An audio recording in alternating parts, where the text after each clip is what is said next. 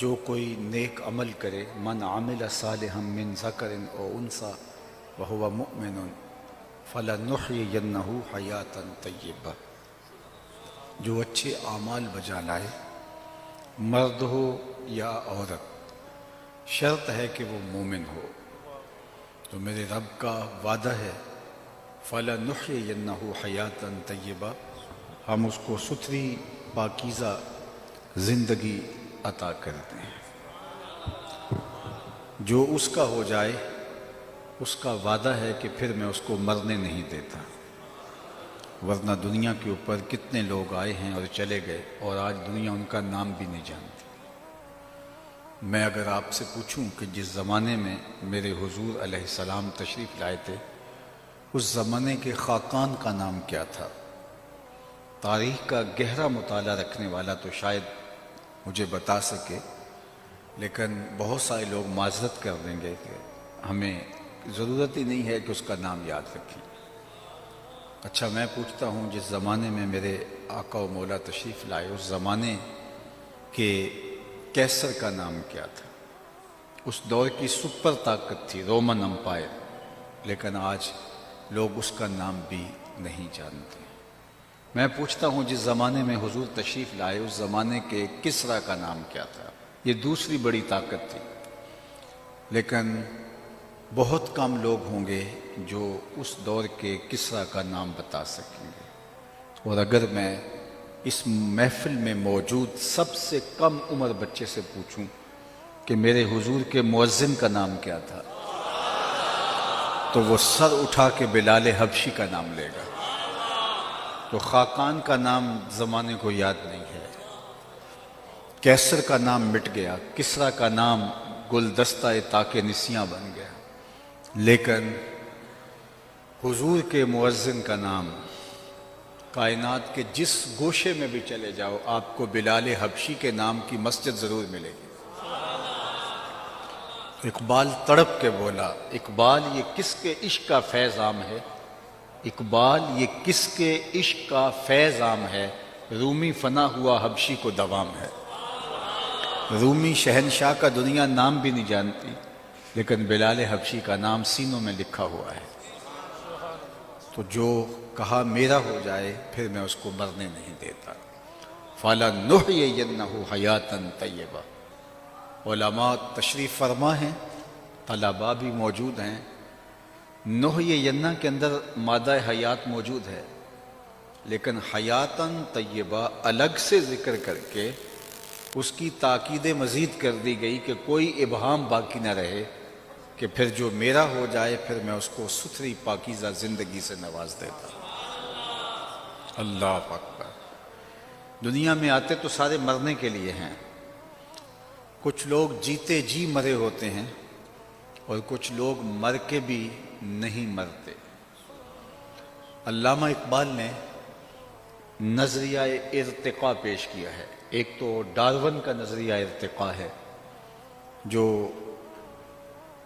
بہت ہاتھوں ہاتھ اس کا نظریہ لیا گیا کہ مختلف جانوروں کی مہذب شکل ہے انسان، جبکہ قرآن نے اس کی نفی کی اور انسان کے عالی مرتبت آغاز کا ذکر ان کلمات سے ارشاد کیا، لَقَدْ خَلَقْنَا الْإِنسَانَ فِي أَحْسَنِ تَقْوِيمٍ۔ یہ بندروں اور ریچھوں کی مہذب شکل نہیں ہے، بلکہ حضرت انسان کو احسن تقویم میں پیدا کیا گیا۔ جب حضرت آدم کا ابھی خمیر گویا جا رہا تھا تو فرشتوں کی پیشانی کو سجدے کے لیے آمادہ کیا جا رہا تھا۔ اس کا آغاز ہی عالی مرتبت ہے، لیکن خیر اس نے کہا کہ جناب مختلف جانوروں کی مہذب شکل موجودہ انسان ہے، تہذیب پاتے پاتے اس مرتبے تک پہنچ گیا۔ یہ ہے اس کا نظریہ ارتقاء۔ اقبال نے جو نظریہ ارتقاء پیش کیا ہے وہ اس سے مختلف ہے۔ جب ان کی ماں انتقال کر گئی تو اس وقت وہ یہاں ارض ہند میں نہیں تھے، تو ان کو وہاں خبر دی گئی کہ آپ کی ماں کا انتقال ہو گیا۔ تو جب انہیں خبر پہنچی تو انہوں نے ایک طویل مرثیہ لکھا جو آج بھی کلیات اقبال میں آپ دیکھ سکتے ہیں، والدہ مرحومہ کی یاد میں اس میں ماں کے بچھڑ جانے کے صدمے کو بیان کرتے ہیں۔ آہ وطن میں ہوگا اب کس کو میرا انتظار، کون میرا خط نہ آنے سے رہے گا بے قرار، آرزو لے کر تیری خاک تربت پہ آؤں گا، اب دعائے نیم شب میں کس کو میں یاد آؤں گا۔ تو اس میں اقبال نے فلسفہ موت و حیات بیان کیا ہے، اسی میں والدہ مرحومہ کی یاد میں، اور پھر اس میں ارتقاء کا نظریہ جو اقبال کے ہاں ہے اس کو بیان کیا۔ بات تو بہت طویل ہو جائے گی اگر اس کو تفصیل میں ہم گفتگو کریں اس پر، لیکن میں جو اس کا مرکزی نقطہ ہے وہ آپ کے سامنے رکھنا چاہتا ہوں۔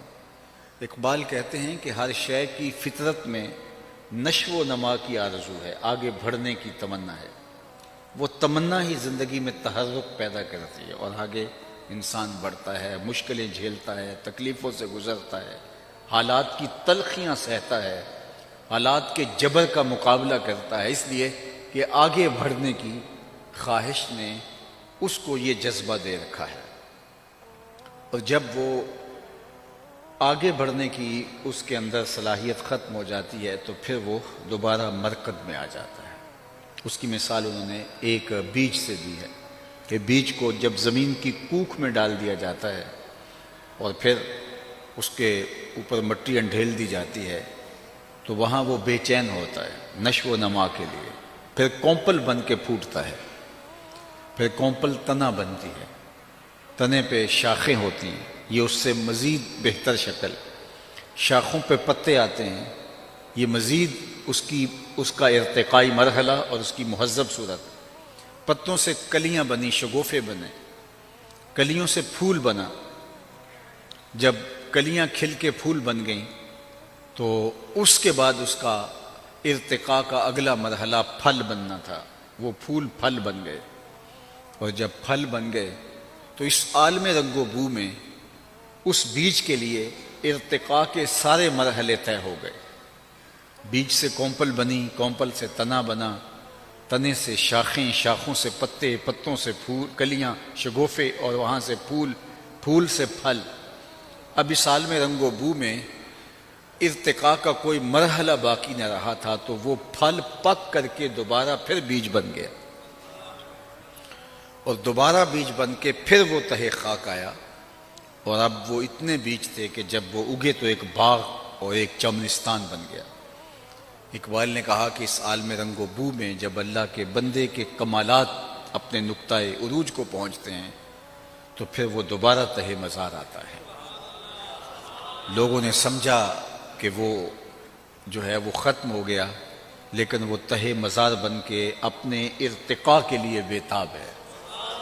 ذرا اس رنگ کو اقبال کے لہجے میں دیکھیے، فطرت ہستی شہید آرزو رہتی نہ ہو، خوب تر پیکر کی اس کو جستجو رہتی نہ ہو، موت کو سمجھا ہے غافل اختتام زندگی، یہ ہے شام زندگی صبح دوام زندگی۔ وہ نئی شکل میں نمودار ہونا چاہتا ہے اور اپنے رنگ اور آہنگ کے ساتھ جو ہے وہ اپنے فیض کو جو ہے وہ بکھیرنا چاہتا ہے، اس لیے اسے مرکز کی خاک کے اندر دوبارہ اس بیج کو جانا پڑا۔ اللہ اکبر۔ تو بندہ مومن جب اس دنیا کے اوپر رہتے ہوئے ارتقاء کے سارے مرحلے طے کر لیتا ہے اور آگے مزید ارتقائی منزل باقی نہیں رہتی تو پھر وہ تہہ مزار چلا جاتا ہے۔ لوگوں نے سمجھا کہ وہ ختم ہو گیا، لیکن وہ ختم نہیں ہوا، وہ ایک نئے سفر کا آغاز کرنے جا رہا ہے۔ اب سنیے، فطرت ہستی شہید آرزو رہتی نہ ہو، خوب تر پیکر کی اس کو جستجو رہتی نہ ہو، موت کو سمجھا ہے غافل اختتام زندگی، یہ ہے شام زندگی صبح دوام زندگی، فلا نحیینہ حیاتا طیبہ، یہ ہے وہ زندگی کہ جو اللہ ایک بندہ مومن کا مقسوم کرتا ہے۔ لوگوں نے سمجھا کہ اس کا وجود ہی مٹ گیا ہے، اس کے اجزاء بکھر گئے ہیں، اب اس کا نشان نہیں بچا، لیکن جو اپنی زندگی میں سفر ارتقاء پہ گامزن رہتے ہیں تو وہ کبھی مرا نہیں کرتے۔ ربعی بن حراش ساری زندگی ہنسے نہیں، فرماتے تھے کیا خبر میرا انجام کیا ہو۔ جلیل القدر تابعی ہیں، امام سیوطی نے لکھا، الروض الانف کے اندر امام سہیلی نے لکھا، حضرت قاضی ایاز مالکی اندلسی علیہ رحمہ نے شفا میں لکھا، اور اسی کو ابو نعیم الاصفہانی علیہ رحمہ جو 4 صدی کے مجدد بھی ہیں اور محدث بھی، انہوں نے بھی حلیہ میں لکھا کہ وہ ساری زندگی نہیں مسکرائے۔ وہ فرماتے تھے کیا خبر میرا انجام کیا ہوگا۔ خیر موت تو آنی تھی۔ ایک دن جب پیغام اجل آیا اور وہ آغوش موت میں اتر گئے تو ان کے بھائی کا نام تھا ربیع بن حراش، تو وہ غسال کو بلا لایا، کہا میرے بھائی کا انتقال ہو گیا ہے تو تم اسے ذرا غسل دو۔ تو غسال جب غسل دینے کے لیے داخل ہوا تو فوراً باہر پلٹ آیا، کہا اتنی جلدی؟ کہا یار تیرا بھائی بڑا عجیب ہے۔ کہا کیا ہوا؟ کہا نحنو نغتسلہ وہو یتبسم، ہم اسے غسل دیتے ہیں وہ آگے سے مسکراتا ہے۔ اللہ اکبر، نشان مرد مومن بات گوئم، چوں مرگ آئے تبسم بر لب اوست۔ اقبال نے کہا آ تجھے اللہ کے بندے کی نشانی بتاؤں، جب موت آتی ہے تو اس کے چہرے پہ مسکراہٹ ہوتی ہے۔ اللہ اکبر، چونکہ اس نے کامیاب زندگی گزاری ہے اور یہ لمحہ اس کے لیے خوشخبری ہے۔ تحفۃ المومن الموت کا یہ عملی ظہور ہے۔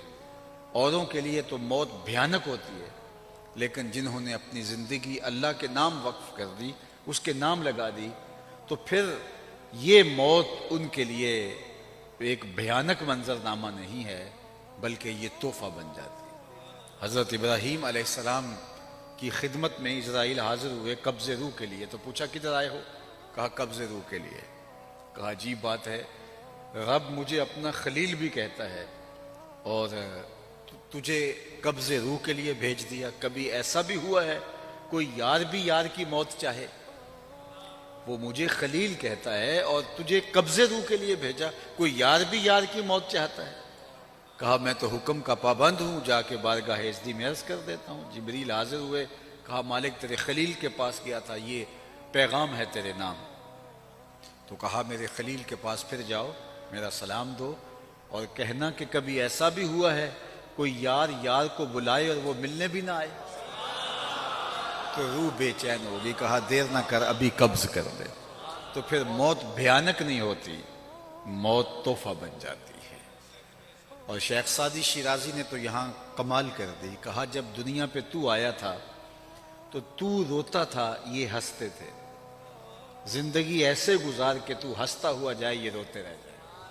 یہ نہیں کہ روتا آیا تھا روتا ہی چلا جائے۔ جب بچہ پیدا ہوتا ہے تو پیدا ہوتے ہی جو اس کا چیخنا ہے، اس کا رونا ہے، یہ اس کی زندگی پہ دلالت ہے کہ یہ زندہ پیدا ہوا ہے۔ جب تک بچہ روتا نہیں ہے، چیختا نہیں ہے، ماں باپ پریشان ہوتے ہیں، پتہ نہیں گوشت کا لوتھڑا زندہ ہے یا مردہ ہے، تو اس کا رونا جس کو عربی میں استحلال کہتے ہیں، وما اہل بہ لغیر اللہ، یہ بھی یہی سے نکلا ہے۔ اندر ذبح جو پکار اٹھتی ہے وہ اللہ کے علاوہ کسی اور نام کی نہیں ہونی چاہیے۔ اگر کسی نے بسم شیخ عبد القادر پڑھ دیا اور جانور ذبح کر دیا، حرام ہو جائے گا۔ بسم محمد پڑھ کے ذبح کر دیا، حرام ہو جائے گا۔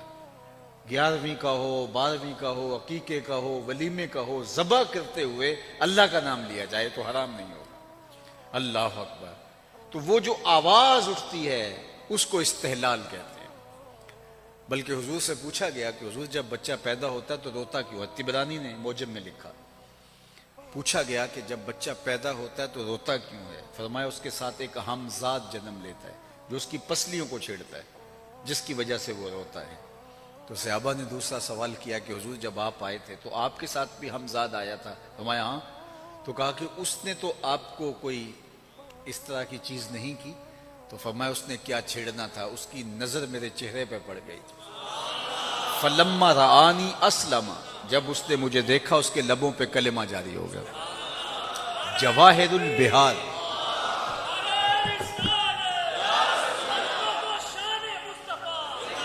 جواہر البحار فی فضائل النبی المختار کے اندر امام نبہانی نے باقاعدہ باب باندھا ہے کہ حضور کا ہمزاد مسلمان ہو گیا تھا۔ دیکھنے والے کہا کرتے ہیں اللہ اللہ، یاد آتا ہے خدا دیکھ کے صورت تیری۔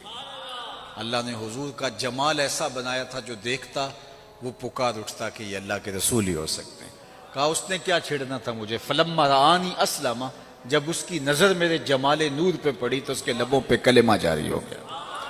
اللہ اکبر۔ تو وہ ہمزاد پسلیوں کو چھڑتا ہے تو بچہ روتا ہے، رونا زندگی پہ دلیل ہوتا ہے، ماں باپ خوش ہو جاتے ہیں، مبارکیں دیتے ہیں، مٹھائیاں بانٹتے ہیں۔ شیخ بولے جب تو آیا تھا تو روتا تھا اور یہ ہنستے تھے، ایسے زندگی گزارنی ہے کہ تو ہنستا ہوا جائے اور یہ روتے رہ جائے۔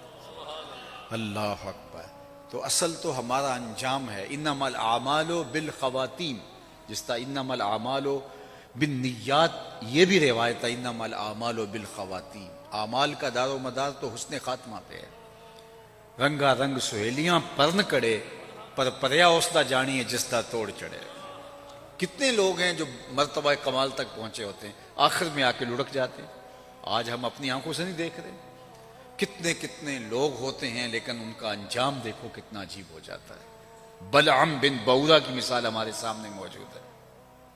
بنی اسرائیل کا مستجاب الدعوات ولی تھا، جب ہاتھ پھیلا کے دعا مانگتا تو منہ پہ ہاتھ بعد میں آتے، قبولیت پہلے ہو جاتی، اتنا مستجاب الدعوات تھا۔ لیکن پھر اسی کے بارے میں کہا گیا مثلہ کمثل الکلب، اس کی مثال کتے کی مثال ہے، زبان لٹک گئی تھی، زمین چاٹتا تھا مستجاب الدعوات اور اللہ کا ولی تھا، لیکن انجام بہت برا ہوا۔ اسی لیے میاں صاحب بولے پڑھنے اتے مان کرینا تے نہ آکھی میں پڑھیا، او جبار کہار صداوے متا روڑ دیوے دودھ کڑیا۔ جب تک یہ یقین نہیں ہو جاتا کہ میرا انجام کیا ہے، اس وقت تک دھڑکا لگا رہے۔ ابو العالیہ جلیل القدر تابعی ہیں، بخاری اٹھائیے کتاب الایمان، حضرت ابو العالیہ فرماتے ہیں کہ میں 30 اصحاب پیغمبر سے ملا، حضور کے 30 اصحاب سے میری ملاقات ہوئی ہے، 30 اصحاب سے میری ملاقات ہوئی اور میں نے ہر ایک کو فکر مند دیکھا، سب کہتے تھے انجام ٹھیک ہو جائے۔ اللہ اکبر۔ آج تو ہم سمجھتے ہیں ہم بخشے ہی ہوئے ہیں، لیکن وہ جنہوں نے حضور کو دیکھا، حضور کی صحبت میں رہے، اللہ اکبر، وہ بھی ڈرتے تھے۔ جن کو حضور نے کہا بشارت دی جنت کی، وہ بھی اینٹ اٹھاتے ہیں اور پھر نیچے رکھتے ہیں، تو کہتے ہیں کاش کہ میں اینٹ ہی ہوتا۔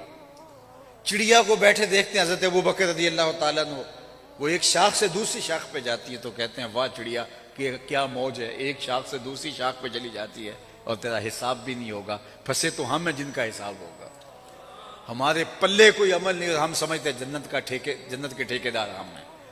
تو کہتے ہیں 30 اصحاب سے ملا ہوں، 30 ہر ایک کو میں نے ڈاڈا فکر مند پایا ہے اپنے انجام کے حوالے سے۔ حضرت بایزید بستامی سے ایک بڑھیا نے کہا تھا حضرت ایک مسئلہ پوچھنے آئی ہوں، پوچھئے۔ کہا آپ کی داڑھی اچھی ہے یا میرے گدھے کی دم اچھی ہے؟ یہ کوئی مسئلہ مجھے پوچھے پھر جانے کہاں پائے، لیکن بایزید رو پڑے، کہا بڑھیا تیرے سوال کا جواب فی الحال میرے پاس نہیں ہے، یہ تو میں مرنے کے بعد ہی بتا سکتا ہوں۔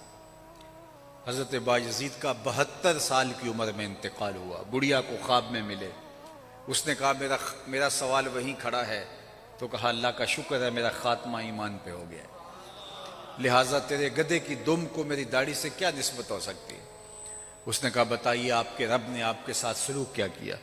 تو حضرت بایزید کہتے ہیں کہ جب میں مالک کے حضور پیش ہوا تو مالک نے کہا اے بوڑھے بتا میرے پاس کیا لے کر آیا ہے؟ تو میں نے جواباً عرض کی مالک بادشاہوں کی چوکھٹ پہ جب فقیر آئیں تو بادشاہ یہ تو نہیں پوچھتے کہ کیا لے کر آئے ہو، فقیروں سے تو یہی پوچھتے ہیں کیا لینے آئے ہو۔ میں لے کر کچھ نہیں آیا، تیری رحمت کا سوالی بن کے آیا ہوں، اللہ نے بغیر حساب کے میری مغفرت فرما۔